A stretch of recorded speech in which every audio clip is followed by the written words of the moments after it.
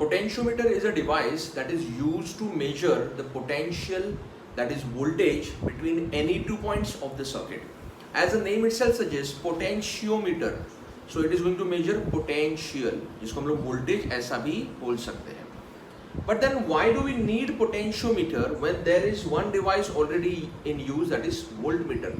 Voltmeter voltage measure करने का ही काम करता है. Then why do we need this potentiometer? तो ये जानने के लिए before we go for what is potentiometer, we should first understand why is this potentiometer. इसमें क्या ऐसा लिमिटेशन है वोल्टमीटर में कि जिसकी वजह से हम लोग को पोटेंशियोमीटर इस डिवाइस का जरूरत पड़ रहा है. So before we go for what is potentiometer, let us understand why is this potentiometer. So first of all, voltmeter is a device which is used to measure voltage PD, that is I into R, across any resistance. Now voltmeter itself is having some resistance R. What I have shown here, this is a voltmeter B, उसका एक resistance है R. तो when you have connected between A and B a voltmeter, आपने A और B के बीच में जब भी voltmeter जोड़ा है तो it is as good as आपने ये resistance R इन दोनों points के बीच में जोड़ दिया है. Now A is connected to the positive terminal of this cell जिसका EMF है E, and B is connected to the negative terminal of this cell. अच्छा, ये जो स्मॉल आर है ये एक्चुअली इंटरनल रेजिस्टेंस है students. Now you better know from the basic lecture which I have given for current electricity, जिसमें ये part मैंने clear किया था कि how and why do we show this small r here. So इसीलिए ये देखो, ये पूरा एक यूनिट करके दिखाया. EMF of this cell is to be measured. हम लोग को वोल्टेज जो मेजर करना है. Now you know voltage means it can be EMF, it can be PD across resistance, it can be terminal PD of cell. ऐसे तीन हो सकता है. हम लोग को यहाँ पे मेजर करनी है ईएमएफ. तो जो भी सेल है जिसका ईएमएफ मेजर करना है उसका पॉजिटिव टर्मिनल वोल्टमीटर के एक एंड में जोड़ो, नेगेटिव टर्मिनल वोल्टमीटर के दूसरे एंड में जोड़ो. मतलब वोल्टमीटर के दो एंड्स सेल को जोड़ दिया. सेल सपोज है 10 वोल्ट का. Now what do you expect? Voltmeter should read 10 volt. Yes, it should read 10 volt, but it will read less than 10 volt. Now why is that so? Because this voltmeter, which is as good as a resistance R, is drawing some current from the source जिसको major करना है, इस EMF को major करना है. तो इसके through यहाँ से एक करंट I सप्लाई जो हो रहा है सर्किट में, इस वजह से across the voltmeter, what is the voltage drop? I into R, IR ये voltage drop है. But this IR is never equal to E students. ये 10 volt नहीं रहेगा. क्यों? क्योंकि थोड़ा voltage इस small r पे भी drop हो जाएगा. So if I consider this small r का voltage as I into small r, तो 10 volt में से I into small r, बीच में भी 1 volt, 1.5 volt, whatever, उतना यहाँ पे drop हो जाएगा. से 1 volt गया. So I into small r, ये voltage अगर आपका 1 volt गया तो बचा हुआ 9 volt आपको यहाँ पे available रहेगा between points A and B. Bottom line क्या है? आपको मेजर करना है 10 वोल्ट, तो उसको जोड़ दिया वोल्टमीटर के दोनों टर्मिनल्स को, positive negative. Then the reading in the voltmeter will always be less than this EMF, that is 10 volt. तो what will be the reading then? Reading will be E जो 10 volt है minus I into small r. E minus I into small r मतलब voltmeter क्या read कर रहा है? Terminal PD. Yes, it is reading terminal PD of the cell. So V is equal to E minus I into small r. ये voltage वहाँ पे read हो रहा है. अच्छा, लेकिन आपको क्या रीड करना है? What is your expectation? V should be equal to E. ये दोनों सेम होना चाहिए. ये दोनों सेम होने के लिए इसका 0 होना जरूरी है. ये 0 होना चाहिए. बट ये I into R 0 कभी हो सकता है? वहाँ पे दो पॉसिबिलिटीज है. पहला, या तो R 0 हो, इंटरनल रेजिस्टेंस, जो कभी होता नहीं है. We have had a discussion in basics. Every cell has got, although very small, its own internal resistance. तो R तो आपका 0 हो नहीं सकता. I अगर 0 कर दिया somehow, तो ये जो प्रोडक्ट है ये आपका 0 हो जाएगा. और फिर V will be equal to E. So terminal PD will be equal to EMF of the cell only when current in the circuit is 0. अब ये फंडामेंटल हम लोग यूज करेंगे पोटेंशियोमीटर में. ये पार्ट IR 0 वोल्टमीटर में कभी भी नहीं हो सकता है. वोल्टमीटर का रेजिस्टेंस आप कितना भी हाई कर दो, वहाँ पे at least a small fraction of current will always be flowing. तो आई यहाँ पे 0 नहीं हो सकता है. इसीलिए वोल्टमीटर एक्यूरेट डिवाइस नहीं है. लेकिन वो डायरेक्ट रीडिंग डिवाइस है. वोल्टमीटर में पॉइंटर है, स्केल है, तो आपने कनेक्ट किया, वो डायरेक्ट रीडिंग देता है, जैसा पोटेंशियोमीटर में नहीं होता है. पोटेंशियोमीटर का एडवांटेज है कि ये वोल्टमीटर से बहुत ज़्यादा और 100% रादर एक्यूरेट है। लेकिन पोटेंशियोमीटर का डिसएडवांटेज ये है एज कम्पेयर टू वोल्टमीटर कि वो डायरेक्ट रीडिंग नहीं देता है, और इसीलिए हम लोग लैब में पोटेंशियोमीटर की जगह पे वोल्टमीटर ही यूज़ करते हैं, आपको डायरेक्ट रीडिंग मिलता है। तो that small error, small loss of accuracy is bore by us, हम लोग उसको बेयर कर लेते हैं, जो छोटा सा लॉस हो रहा है, क्योंकि हम लोग इस आर को जितना ज़्यादा बढ़ाएंगे उतना ये आई इंटू आर, ये प्रोडक्ट जो है ना ये छोटा छोटा आपका होते ही जाएगा। सो एनीवेज वोल्टमीटर का ड्रॉबैक है, it draws some current from the source and hence there is some voltage loss and it reads terminal PD of the cell but not the actual EMF of the cell. ये voltmeter का drawback है, इसीलिए हम लोग ये device use करते हैं। आपने लैब में इसको किया है या फिर करोगे जिनका बाकी है वो, तो E K and R H it is between 2 points A and B. ये वायर है स्टूडेंट्स, ओके ये 4 मीटर का वायर है, 1 मीटर यहाँ पे है, दूसरा मीटर, तीसरा और चौथा, ऐसे 4 मीटर का वायर है जो ए और बी के बीच में ऐसा फोल्डेड फॉर्म में है। इन दोनों पॉइंट्स के बीच में इस साइड में सेल ऑफ ईएमएफ ई की के and rheostat R H connected है सीरीज में। ये हो गया आपका पोटेंशियोमीटर का सर्किट, इसको बोलते हैं मेन सर्किट और driving circuit. Potentiometer circuit, main circuit और ड्राइविंग सर्किट या प्राइमरी सर्किट भी बोलते हैं, क्योंकि यहाँ से मेन करंट सप्लाई होने वाला है। तो ये देखो अभी इसको मैंने ऐसे रिप्रेजेंट किया है, ई के आर एच, इस डायग्राम को थोड़ा सा 90 डिग्री शिफ्ट कर दीजिए, हो गया ई के आर एच। खाली ई के साथ मैंने स्मॉल आर भी दिखाना जरूरी है बाय डिफॉल्ट नेचुरली। अच्छा ए और बी, ये जो वायर है मैं सिंबॉलिकली रिप्रेजेंट कर रहा हूँ, इफेक्टिवली दिखा रहा हूँ, तो जरूरी नहीं कि ऐसा 4 मीटर ऐसे ही आप दिखाओ, वो लैब में करने के लिए ठीक है, थ्योरेटिकल एमसीक्यूज के लिए या क्वेश्चंस के लिए आप ऐसे करो। ए बी, रिमेंबर कि ये ए बी ऐसा होता है प्रैक्टिकली, ठीक है। तो ये वायर है ए बी, ये आपका ई के आर एच सीरीज में, ये पूरा हो गया पोटेंशियोमीटर सर्किट। ये दोनों सेम है, ये दोनों सेम है। अच्छा अभी between A and B there is always wire जिसका रेजिस्टेंस है कैपिटल आर। अभी ये जो डिवाइस है स्टूडेंट्स, ये डिवाइस वोल्टमीटर का रिप्लेसमेंट है, वोल्टमीटर का रिप्लेसमेंट है माइंड यू। ये जो काम करने वाला है वही काम ये पूरा डिवाइस यहाँ पे करेगा, okay. So this is our potentiometer circuit. इसका एडवांटेज क्या है इस सर्किट का? Potentiometer is the most accurate device for the measurement of voltage as it does not draw any current from the source। ये source से कोई current draw नहीं करता है जैसे कि वोल्टमीटर करता है। वोल्टमीटर में ये जो आई फ्लो हो रहा है वैसा ये करंट ड्रॉ नहीं करता। अच्छा किससे करंट ड्रॉ नहीं करता है? मैं दूसरा एक सेल यहाँ पे जोड़ने वाला हूँ जिसका ईएमएफ मुझे मेजर करना है। मुझे इस सेल का ईएमएफ मेजर नहीं करना है, ये सेल अपना ड्राइविंग सेल है, ये हेल्प करेगा वोल्टेज को मेजर करने के लिए, ठीक है। So please understand this is not your experimental cell, this is not the cell जिसका ईएमएफ मेजर करना है। Don't mistake this to diagram. हाँ इस डायग्राम में आपको ये जो ईएमएफ है ये ऊपर की तरफ हम लोग कनेक्ट करेंगे जिसका वोल्टेज मुझे मेजर करना है। अच्छा voltage to be measured is always connected between positive end A and jockey through galvanometer. आपको जो वोल्टेज मेजर करना है वो पॉजिटिव एंड ए। अच्छा ए को पॉजिटिव क्यों बोला? क्योंकि देखो ये जा रहा है आपके मेन सेल या ड्राइविंग सेल के पॉजिटिव टर्मिनल को, तो इसलिए वो हमेशा पॉजिटिव होता है। पॉजिटिव माने हायर पोटेंशियल पे होता है। सो आपको जो वोल्टेज मेजर करना है उसको आप ए और जॉकी जो एक डिवाइस है जिससे आप जिसको टैप करके वायर पे आप नल पॉइंट ऑब्टेन करोगे, ओके। तो ये जो पॉइंट है ए, यहाँ से ऊपर की तरफ एक सेल मैंने जोड़ दिया, ये वो सेल है जिसका ईएमएफ मुझे मेजर करना है। But via galvanometer it is going to, ये जो एरो है students, this arrow is jockey. Jockey is that device which will be holding in your hand and tapping it on the wire to get null point, zero deflection. What exactly is this? That is our next part, the functioning of potentiometer. But ये A है, यहाँ पे एक null point आपको मिलेगा P। इस jockey को tap करके आपको क्या करना है, ये गैल्वेनोमीटर में से जाने वाला करंट जो है IG, इसको जीरो अरेंज करना है और उस पॉइंट पे हम लोग ये E1, इसको मैं E1 बोलूंगा क्योंकि मेन सेल को हम लोगों ने E बोला है। तो जो सेल है जिसका EMF मुझे मेजर करना है, voltage to be measured, EMF to be measured, उसको मैंने E1 ऐसे नाम दे दिया है। तो ये आपका सेटअप हो गया। अभी इंस्टेड ऑफ वोल्टमीटर, जैसे ये वोल्टमीटर एक डिवाइस होता है वैसे ये पूरा आपका डिवाइस है, this entire thing, this blue rectangular part, ये पूरा आपका पोटेंशियोमीटर डिवाइस है। तो ये और ये डायग्राम अभी सेम हो गया, खाली कैसा है, इसको मैं उल्टा अगर कर दूं तो वोल्टमीटर नीचे आएगा, ये सेल ऊपर जाएगा, ठीक है।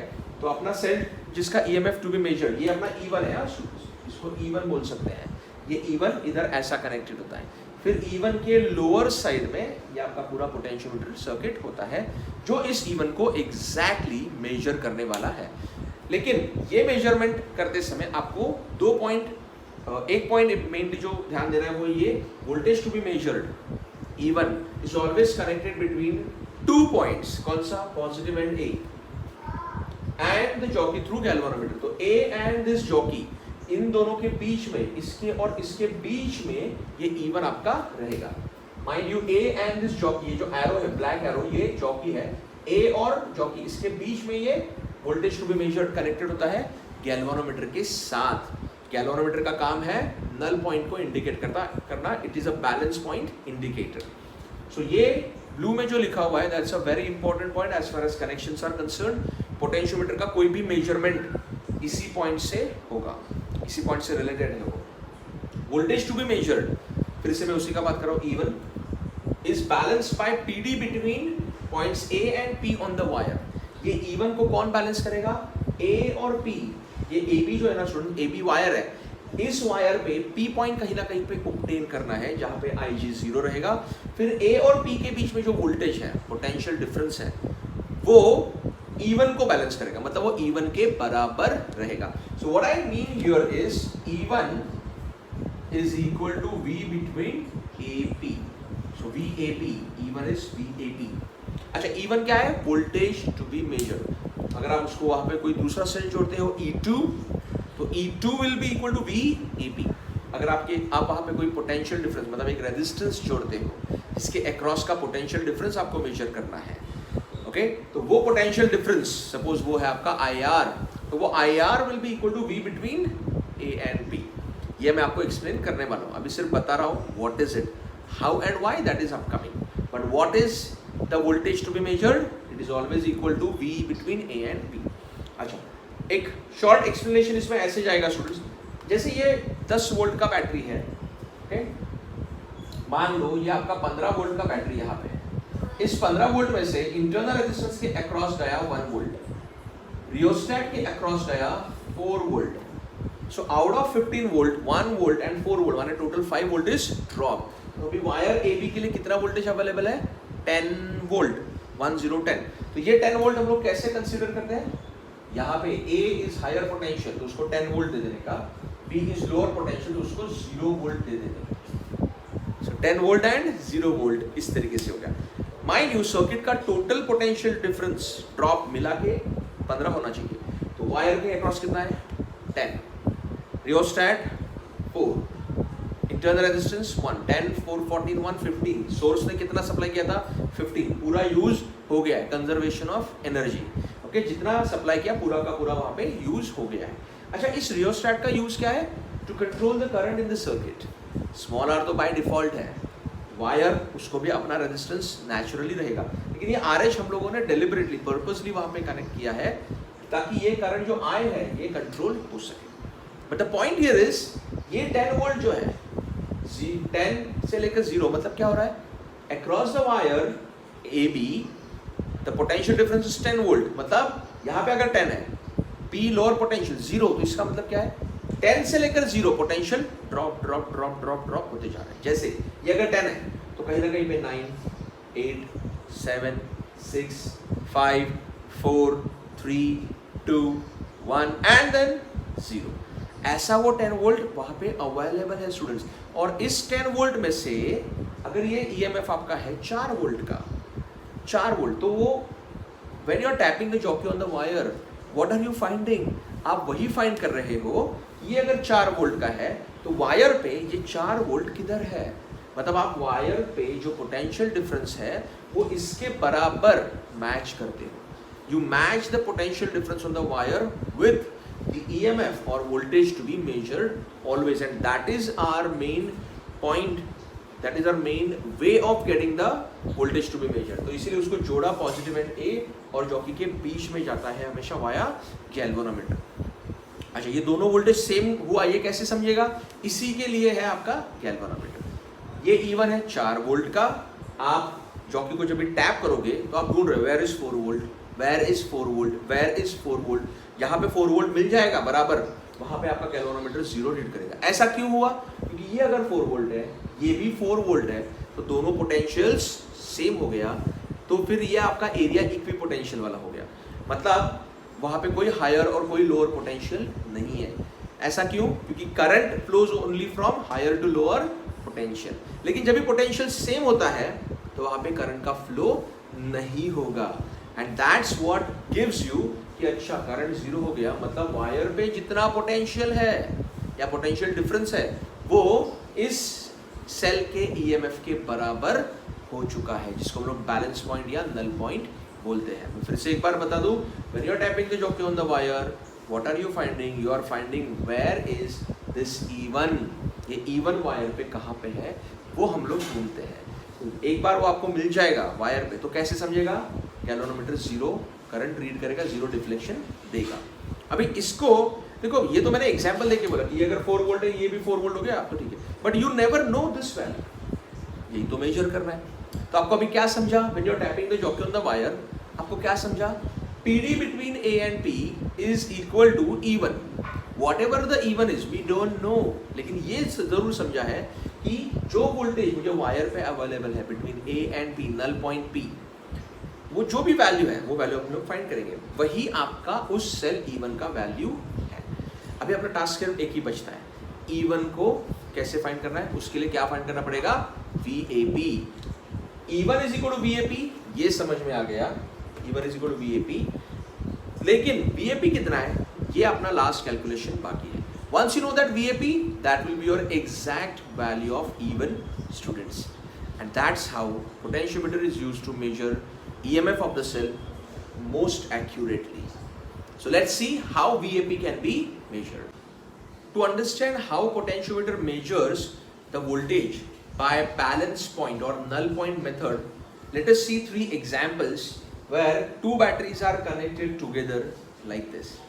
4 volt connected with 2 volt, positive together. Acha, in all the 3 like terminals are connected together. You know, such a combination is called as cells in opposing mode. They are in opposing mode. Why opposing? Because इसका positive अगर इसके positive को जोड़ा तो ये positive से एक current निकलेगा जो ऐसे जाएगा, इसके पॉजिटिव से करंट ऑपोजिट डायरेक्शन में जाएगा। So these two cells, when connected from positive to positive, they are sending currents in opposite direction. So they are opposing each other and not assisting each other. इसलिए इन सभी combinations को, modes को हम लोग बोलते हैं opposing mode, where you find the resultant EMF by difference of the two EMFs. मतलब अगर ये 4 वोल्ट है, ये 2 वोल्ट है, तो इस सेल, इस कॉम्बिनेशन का रिजल्टेंट EMF कितना है? 4 - 2 2 वोल्ट। इसका 7 - 4 3 वोल्ट। इसका रिजल्टेंट EMF इज 0, मतलब कोई वोल्टेज वहां पे अप्लाइड है ही नहीं, जबकि 2 है लेकिन इफेक्टिवली 0 है।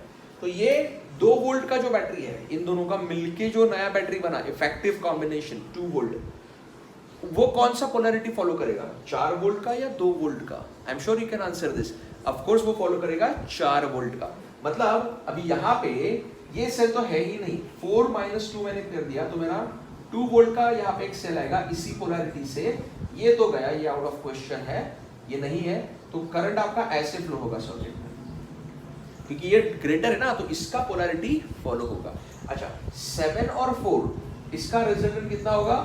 3 वोल्ट, और वो इसका पोलैरिटी फॉलो करेगा क्योंकि ये बड़ा है, ये तो अभी है ही नहीं। 7 - 4 कर दिया तो 3 लिख देगा, ये तो है। Now current will be flowing in this direction according to the polarity of this 3 volt, starting from positive end going away, so like this.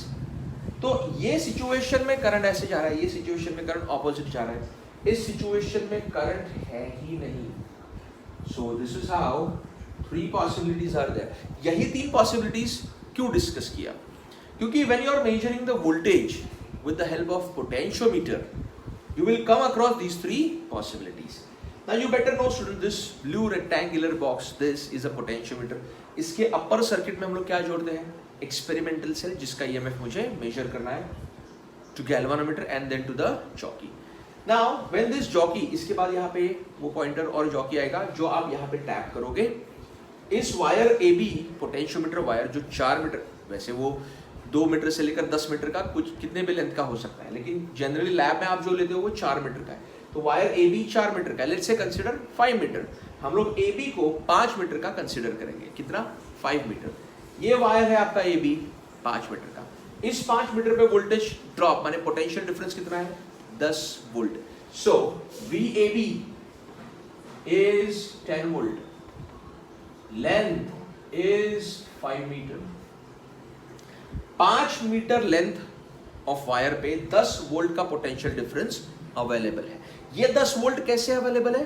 I told you that few moments back. 10 फिर 9 8 7 6 5 4 3 2 1 ऐसा drop होते होते इधर तक है। अच्छा, इसका exact मतलब क्या है? अगर मैं 10 और 9 कंसीडर करता हूं तो इन दोनों पॉइंट्स के बीच में 1 वोल्ट का पोटेंशियल डिफरेंस अवेलेबल है। 1 ड्रॉप हो गया, 9 बचा हुआ है, मतलब यहां से आगे 9 वोल्ट अवेलेबल है। अच्छा, ये 10 वोल्ट है और ये 8 वोल्ट है, तो इन दो पॉइंट्स के बीच में 2 वोल्ट का पोटेंशियल डिफरेंस अवेलेबल है। लेकिन इसके आगे जो वायर का लेंथ, यहाँ पे 8 वोल्ट का पोटेंशियल डिफरेंस है। वैसा ही यहाँ पे 3 वोल्ट का पोटेंशियल डिफरेंस आ गया ना, 10 एंड 7 तो 3 वोल्ट का हो गया। अवेलेबल 7 है। हम लोग को किस में इंटरेस्ट है? कितना ड्रॉप हो चुका है। तो हम लोग को ये 1 वोल्ट 2 वोल्ट 3 वोल्ट ये ड्रॉप में इंटरेस्ट है। अच्छा, ये जो रेड में मैंने लिखा हुआ है ये नंबर्स, ये वायर पे एक्चुअली अवेलेबल नहीं होते हैं स्टूडेंट्स, लेकिन अवेलेबल नहीं होते लेकिन वो एग्जिस्ट तो करते हैं ना। मतलब ये अगर 10 वोल्ट है और ये 0 वोल्ट है तो कहीं ना कहीं पे 9 वोल्ट, कहीं ना कहीं पे आगे 8 वोल्ट, फिर किसी पॉइंट पे 7 वोल्ट ऐसा अवेलेबल रहेगा। दे आर नॉट मार्क्ड, वो मार्किंग नहीं रहेगा कि अच्छा इधर 9 है इधर 8 है इधर 7। अगर वो मार्किंग भी कर दिया तो एक्सपेरिमेंट करने का जरूरत ही नहीं है, डायरेक्ट आपका बैलेंस पॉइंट मिल जाएगा वहां पे। वैसा नहीं है, तो आपको ये नहीं दिया जाएगा। आप जॉकी को टैप करके ये पॉइंट्स ढूंढोगे students, but they are not marked, however they are present there on the wire somewhere where that we have to find out, और उसको हम लोग null point बोलते हैं। लेकिन वो करते समय आप ये 3 पॉसिबिलिटीज के अक्रॉस आओगे। जैसे अगर मान लो इस E1 का वैल्यू है 4 वोल्ट, अपने को फाइंड करना है, लेकिन मैं उल्टा एक्सप्लेन कर रहा हूं आपको। मान लो अगर ये 4 वोल्ट है और ये 4 वोल्ट ढूंढते समय आपने टच किया सपोज इस पॉइंट पे, अभी ये 8 वोल्ट वाला मतलब आगे 8 वोल्ट है, तो यहाँ पे ड्रॉप कितना है? 2 वोल्ट। तो A और ये पॉइंट, इसको मैं P बोलता हूँ एक्चुअली, तो A और P के बीच में यहाँ पे पोटेंशियल डिफरेंस कितना है? 2 वोल्ट। अपना सेल कितने का है? 4 वोल्ट। तो 4 and 2, will this galvanometer read 0 now? No, because potential difference exist कर रहा है। 4 and 2 वोल्ट का पोटेंशियल डिफरेंस है, करंट जाएगा, गैल्वेनोमीटर डिफ्लेक्शन देगा। ठीक है, तो आप इसको यहाँ पे नहीं रोकोगे, फिर आप सपोज उस साइड में टच करोगे जहाँ पे हायर वोल्टेज है थोड़ा, ओके। फिर आपको क्या दिखेगा? अभी ये A है और ये मतलब 10 है और ये 3 है, मतलब पोटेंशियल डिफरेंस कितना हो गया? 7 वोल्ट का। तो ये 7 वोल्ट है और ऊपर कितना अपना सेल है? 4 वोल्ट। तो 7 volt and 4 volt potential difference है। अभी भी करंट दिखेगा, लेकिन इस बार करंट उल्टे डायरेक्शन में दिखेगा, क्योंकि पहले केस में करंट यहां से यहां पे जा रहा था, 4 to 2 आ रहा था। इस केस में 7 से लेकर 4 की तरफ जाएगा, इसलिए करंट यहाँ पे उल्टे डायरेक्शन में जाएगा। ये 7 है और ये 4 है, तो करंट ऐसे जाएगा यहाँ पे। अच्छा, ये these two situation possibilities you will always come across। ऐसा कभी नहीं होगा कि आपने इसको ढूंढने के लिए जब भी जॉकी को टैप किया वायर पे, आपको फर्स्ट अटेम्प्ट में डायरेक्ट 0 मिल गया, उसका प्रोबेबिलिटी बहुत कम है। तो either you will tap at a point where potential difference is less than 4 volt, or at a point where potential difference is greater than 4 volt, और at a point where potential difference is equal to 4 volt। अपने को ये equal चाहिए, लेकिन ये करते समय आपको स्मॉलर और ग्रेटर का पॉसिबिलिटीज तो मिलेगा। अच्छा, फिर इन दोनों से आपको एक चीज पता चल गया, चलो यहाँ पे टच किया तो डिफ्लेक्शन उधर गया, यहाँ पे टच किया तो डिफ्लेक्शन उल्टे डायरेक्शन में गया, मतलब मेरा नल पॉइंट इन दोनों के बीच में कहीं ना कहीं पे। तो ये करते करते आप धीरे धीरे कन्वर्ज करते करते एक पॉइंट पे आओगे जहां पे आपको बराबर 4 वोल्ट का पोटेंशियल डिफरेंस मिल जाएगा। ये 6 वोल्ट है। Mind you these points are not marked, ये आपको अंडरस्टैंडिंग के लिए मैं बता रहा हूँ कि कहीं ना कहीं पे 6 वोल्ट आगे अवेलेबल है, मतलब यहाँ पे ड्रॉप हो गया 4 वोल्ट। तो ये 4 वोल्ट और ये 4 वोल्ट अभी हो गया बैलेंस, मतलब दोनों इक्वल है। अभी गैल्वेनोमीटर 0 रीड करेगा। Now that is where the null point is, Ig is 0, and such a point P is called as your null point, balance point, equilibrium point, neutral point, सभी नाम उस एक ही point के हैं P। और इस point पे क्या हो रहा है, E1 is equal to VAP, जो मैंने यहाँ पे लिखा है E1 is equal to VAP। Voltage to be measured is always balanced by, voltage to be measured E1 is always balanced by PD between two points A and P on the wire। तो A और P के बीच के voltage ने इस E1 को equal कर दिया है, बैलेंस कर दिया है, नल पॉइंट, जीरो डिफ्लेक्शन आपको मिल गया। हाँ, अभी नंबर से आपको बराबर समझा, लेकिन ये E1 जो 4 वोल्ट मैंने आपको बताया कि मैं उल्टा बता रहा हूँ आपको, 4 वोल्ट अपने को एक्चुअली फाइंड करना है, तो अपने को थोड़ी ना पता है कि ये 4 वोल्ट है। अभी क्या पता चला अपने को, ये पता चला कि E1 is equal to VAP। मतलब अगर मुझे E1 का वैल्यू चाहिए तो मुझे VAP का वैल्यू पता करना है। अच्छा, अभी VAP का वैल्यू फाइंड करना बहुत सिंपल है। कैसे, देखो A और B ये जो वायर है कितना है 5 मीटर, उसका पोटेंशियल डिफरेंस कितना है 10 वोल्ट, 5 मीटर के लिए 10 वोल्ट, ओके। तो 1 मीटर के लिए कितना मिलेगा, उसको हम लोग क्या बोलते हैं, yes we call it as potential gradient. 5 meter के लिए 10 वोल्ट, तो 1 मीटर के लिए 2 वोल्ट आएगा। ये 2 वोल्ट आपने कैसे निकाला, 10/5 करके। 10 क्या है VAB, 5 क्या है लेंथ। ये VAB को हमेशा VAB ऐसे ही लिखो, and then you get your answer as VAB/L किया तो 2 वोल्ट पर मीटर, ये आपको आंसर मिलेगा। ये क्या मिला, this is the potential difference for 1 meter length of wire. ये क्यों निकाला, क्योंकि अगर मुझे 1 मीटर का पोटेंशियल डिफरेंस पता है तो मैं कितने भी मीटर का पोटेंशियल डिफरेंस फाइंड आउट कर सकता हूं। When I get this null point P पे मैं अगर रुक गया हूं तो मुझे ये लेंथ पता चलेगा, जिसको मैं L1 बोलूंगा, बैलेंसिंग लेंथ बोलते हैं। देखो वायर पे लेंथ का मार्किंग होता है 0 से लेकर 100 सेंटीमीटर, 200 सेंटीमीटर, 300, 400, ये मार्किंग वहां पे होता है। So when you get the null point you can directly measure that length कि कितना है। सपोज आपको नल पॉइंट मिला 2 मीटर पे, कितना 2 मीटर पे आपको नल पॉइंट मिला, तो आपको लेंथ पता चला कि अच्छा 2 मीटर, इस लेंथ के ऊपर जितना पोटेंशियल डिफरेंस है वही E1 का वैल्यू है। लेकिन लेंथ कितना है 2 मीटर, 1 मीटर का पोटेंशियल कितना है 2 वोल्ट, तो 2 मीटर का कितना हुआ 4 वोल्ट, तो VAP कितना हुआ 4 वोल्ट। लेकिन VAP कितना है equal to E1, so E1 must be equal to 4 volt. ऐसा हम लोग मेजरमेंट ऑफ EMF करते हैं। बहुत ही लेंदी प्रोसीजर है ये, लेकिन ये बहुत एक्यूरेट मेथड है। और अभी इस तरीके से समझाया तो आपको ये पूरा समझ में आना ही चाहिए, आया रहेगा आई एम श्योर। और ये आपको अप्लाई करते समय now it would be a cake walk, a walk in the cloud for all of you students. तो इसीलिए इसको एक बार फिर से आप रिवाइज कीजिएगा। What ever I have explain here, ये 4 वोल्ट जो पहले मैंने अज्यूम किया कि मुझे पता है, लेकिन एक्चुअली प्रैक्टिकली पता नहीं रहेगा। तो ये 4 वोल्ट पे मैं कैसे आया, how did I arrive at this 4 volt, by doing the balancing length and the potential gradient K exactly क्या है, 1 मीटर पे कितना पोटेंशियल डिफरेंस। पोटेंशियल ग्रेडियंट क्या है, 1 मीटर पे कितना पोटेंशियल डिफरेंस। 1 मीटर का पता है, आप आधे मीटर का फाइंड कर सकते हो, 1 सेंटीमीटर का, 1 मिलीमीटर का भी फाइंड आउट कर सकते हो।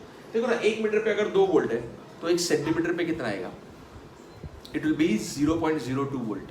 1 मिलीमीटर पे कितना आएगा 0.002। मीटर की जगह पे आप 100 सेंटीमीटर रखो तो 0.02 मिल जाएगा पर मीटर ना। अच्छा, मीटर की जगह पे 1000 मिलीमीटर रख सकते हो, 1 मीटर इज 1000 मिलीमीटर, तो 2/1000 हो जाएगा, दैट इज वोल्ट पर मिलीमीटर। इसका एग्जैक्ट मतलब क्या है स्टूडेंट्स, वोल्ट पर मिलीमीटर मतलब इसका ये भी मतलब है कि वायर पे कोई भी 2 पॉइंट्स जिनके बीच का डिस्टेंस अगर 1 मिलीमीटर है, आई रिपीट, वायर पे कोई भी 2 पॉइंट्स जिनके बीच का डिस्टेंस 1 मिलीमीटर है, उनके बीच का पोटेंशियल डिफरेंस 0.002 वोल्ट है। 2 वोल्ट पर मीटर का मतलब ये भी है कि ऐसे 2 पॉइंट्स वायर पे जिनके बीच का लेंथ 1 मीटर है, 1 मीटर A और P, लेंथ अगर 1 मीटर लिया तो इस 1 मीटर पे पोटेंशियल डिफरेंस कितना है 2 वोल्ट रहेगा। अगर मैं 1 सेंटीमीटर वाले पॉइंट लेता हूं, A और P के बीच में अगर 1 सेंटीमीटर का गैप है तो इनके बीच का पोटेंशियल डिफरेंस कितना रहेगा 0.02 volt. That's what is meant by 0.02 volt पर सेंटीमीटर। कोई भी 2 पॉइंट्स वायर के ऊपर जो है उनके बीच का डिस्टेंस अगर 1 मीटर है तो 2 वोल्ट, उनके बीच का डिस्टेंस अगर 1 सेंटीमीटर है तो पोटेंशियल डिफरेंस 0.02 वोल्ट, उनके बीच का डिस्टेंस अगर 1 मिलीमीटर है तो पोटेंशियल डिफरेंस इज 0.002 वोल्ट। ये क्यों इतना मगज मारी है? क्योंकि ये एक ही बार आपको करना है, बाकी आगे के कैलकुलेशन सिंपल हो जाते हैं। अगर मुझे 1 मीटर का पता है, 1 सेंटीमीटर का पता है, 1 मिलीमीटर का पता है, then I can find it for any damn distance. Okay? So this is how K is absolutely necessary to find out this E1, क्योंकि E1 is VAP and VAP is, अच्छा VAP कैसे मिलेगा? कैसे मिला मैंने? 2 और इस 2 को मल्टीप्लाई किया, मतलब मैंने K और L1 को मल्टीप्लाई किया। So how do I get students VAP here? VAP is obtained by KL1 always, और इसीलिए मैं बोल सकता हूँ कि E1 is always equal to KL1. E1 is equal to KL1. अच्छा KL1 ही क्यों लिया समझा? 1 मीटर का 2 वोल्टेज, जिसको मैंने K नाम दिया, तो L1 मीटर का KL1 आएगा। K is what? Potential difference for 1 meter length. I repeat, K is the potential difference for 1 meter length. 1 meter का K है, 2 मीटर का 2K, 3 meter 3K, 5 meter 5K, 10 meter 10K, L1 meter L1 into K, L1 into K को उल्टा लिखो, KL1 वही यहाँ पे है। So that's your VAP, और VAP is equal to E1। इस तरीके से मैं यहाँ पे कोई भी वोल्टेज कनेक्ट करूँ, उसको मैं मेजर कर सकता हूँ। अलग अलग वोल्टेज के लिए अलग अलग लेंथ आएगा। क्यों? क्योंकि फिर वो VAP आपका अलग अलग जाएगा। अगर मैं यहाँ पे E2 जोड़ता हूँ तो मेरा लेंथ L2 बन जाएगा, जो इस L1 से अलग रहेगा। I can join E1 plus E2, मैं 2 सेल एक साथ भी जोड़ सकता हूँ। जैसे कि ये ऑपोजिंग मोड में ना, अगर मैं ऐसा जोड़ू 2 सेल्स को, E1 and E2 assisting mode में, if this is E1 this is E2, अभी एक का नेगेटिव दूसरे के पॉजिटिव को जोड़ा है, इस केस में दोनों सेल्स एक ही डायरेक्शन में करंट सप्लाई करेंगे। दोनों अगर एक ही डायरेक्शन में करंट सप्लाई कर रहे हैं, then they are assisting each other and they are added up. तो यहाँ पे टोटल ईएमएफ कितना होगा? E1 plus E2। किधर जोड़ेंगे E1 प्लस E2 को? वोल्टेज टू बी मेजर्ड अभी E1 प्लस E2 है, किधर जोड़ेंगे? Always between positive end A and the jockey through galvanometer. तो ये जो पॉइंट है ना, ये मैं अंडरलाइन करके रखा है, ये कॉमन है सभी मेजरमेंट्स के लिए। खाली वोल्टेज आपका बदल जाएगा, कभी E1 आएगा, कभी E2 आएगा, कभी E1 प्लस E2 आएगा, कभी E1 माइनस E2 आएगा। यहाँ पे मैंने सबका डिफरेंस लिया है। A और पॉजिटिव एंड A और जॉकी, इनके बीच में गैल्वेनोमीटर के साथ जोड़ दो इस ऊपर वाले सर्किट में। Follow this procedure. 3 पॉसिबिलिटीज आएगा, उसमें से एक को फाइनलाइज करना है, लेंथ मिलेगा, K से मल्टीप्लाई करना है, आपको E1 मिल जाएगा। ये जो प्रोसीजर है स्टूडेंट्स, ये आपको बहुत बार ऐसा नया लगता है। उसका रीजन ये है कि आपने लैब में इसको परफॉर्म नहीं किया है। लैब में हम लोग E1 को मेजर कभी नहीं करते हैं, that is where every time whoever explains you find it something new in that. Okay? Any which ways, जो मैंने बोला वो theoretically आपको करना है। तो इसलिए आपके MCQs के लिए ये बेहद ज़रूरी है स्टूडेंट्स। आपको ये स्टेप्स और ये सीक्वेंस याद रखना कि कैसे हम लोग E1, E2 या E1 प्लस E2 या E1 माइनस E2 को मेजर करेंगे।